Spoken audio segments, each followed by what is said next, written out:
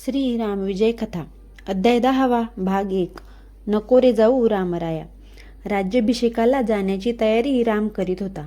तोच सुमंताने आपणास दशरथ महाराजांनी कैकेयीच्या महालात बोलवले आहे असा निरोप सांगितला.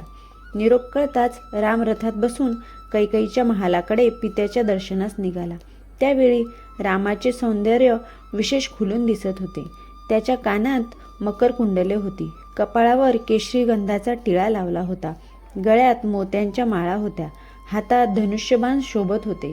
त्यांचा पितांबर लखलखीत दिसत होता. सारे प्रजाजन रामाचे दर्शन घेऊन धन्य होत होते, त्याचा जय जयकार करीत होते. रामरायाचा राज्याभिषेक पाहण्यास सारी प्रजा उत्सुक होती. रामाचा रथ कैकेयीच्या महालाजवळ आला.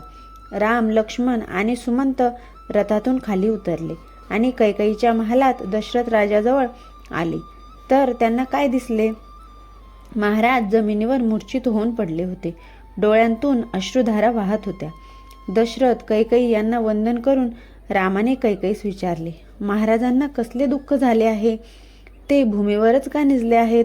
कैकेयी म्हणाली, महाराजांनी मला पूर्वी 2 वर दिले होते, ते मी आज मागितले म्हणून त्यांना दुःख होते.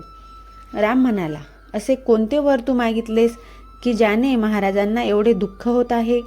मी ते पुरवीन.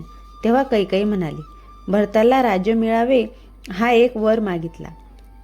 हे म्हणताच राम अतिशय आनंदित झाला आणि म्हणाला, भरत हा माझा अतिशय आवडता आहे. प्राणापेक्षा मला तो प्रिय आहे. माझा भरत राज्य करील. दुसरा कोणता वर मागितलास? कैकेयी म्हणाली, तापसवेश घेऊन रामा तू 14 वर्ष वनवासात जावे.